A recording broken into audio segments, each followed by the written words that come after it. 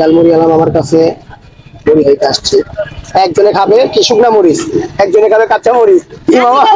একজনে খাইবে বোম্বাই মুড়ি, আহ, আরেকজনে শুকনো মরিচ, আরেকজনে খালি পেঁয়াজ দিয়া মুড়ি দিয়া খাইবে। মানে কার মন জয় করতে পারি দেখা যাক। আশা করি সবারই মন জয় করতে পারবো ইনশাল্লাহ। অবশ্যই অবশ্যই। এই যে মামা যে কথা কইছে খাইবা না খাই কিন্তু মনটা ভরে গেছে।